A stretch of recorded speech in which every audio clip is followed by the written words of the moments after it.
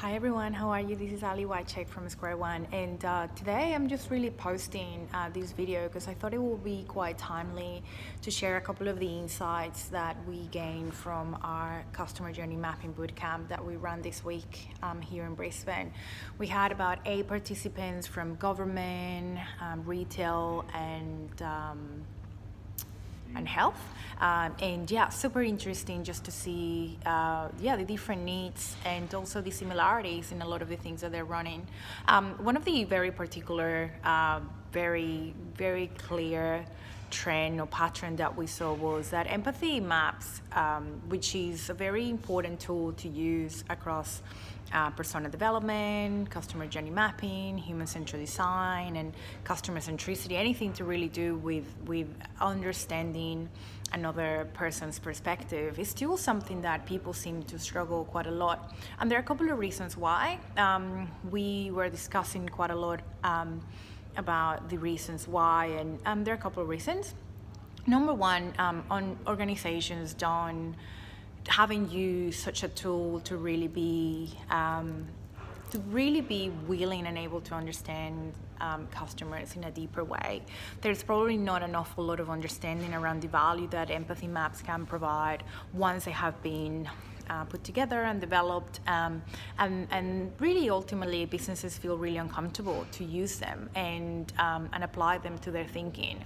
The power of empathy maps is that they can truly provide a deeper insight into the customers or employees or patients that you're developing an experience for, and you're able to really articulate their needs in a much more deeper way. You know, what are the things that they're seeing, what are the lifestyle, what are the gains and the pains, and all of these words that we use. And ultimately it's really about understanding someone else's perspective beyond your product or services. And a lot of the times we can overlap that product and service value proposition and really go even deeper, but ultimately it's really about understanding. Another reason is that organizations look at processes, look at journey mapping and experiences from a process perspective. So it is sad, but it is very true that a lot of the people that attend our events and our workshops, they come here from a very process heavy environment, and when they get exposed to empathy maps, they're like, whoa, what is this? Like, I have no idea, I've never used it doesn't make any sense. Why do we need to understand people's pains and gains?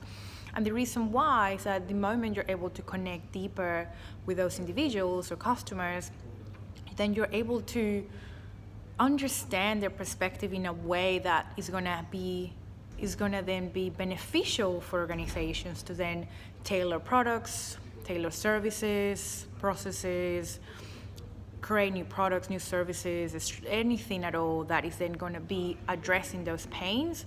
And that's really one of the things that they are very important for. So I just wanted to share these really quickly because it's still a bit of struggle, and for anyone who is still not quite sure about the power of empathy maps, which is really ultimately just a little tool within the toolkit, just reach out at any time. More than happy to share with you how we've used them, the value of them, and when actually they're useful or not. Because to be honest, there could be times when they're not very useful, and there are times when they're super useful and needed, especially for those organizations or individuals who are starting on their human-centered journey. So empathy maps, reach out at any moment, and I hope you're having a lovely day. And as you can see from my face and my hair, I need a very good few days of sleep after the boot camp. This was awesome and awesome feedback, but ultimately, pretty exhausting. So can't wait to show you what we're coming up over the next few months and weeks, as we will be launching a new series of events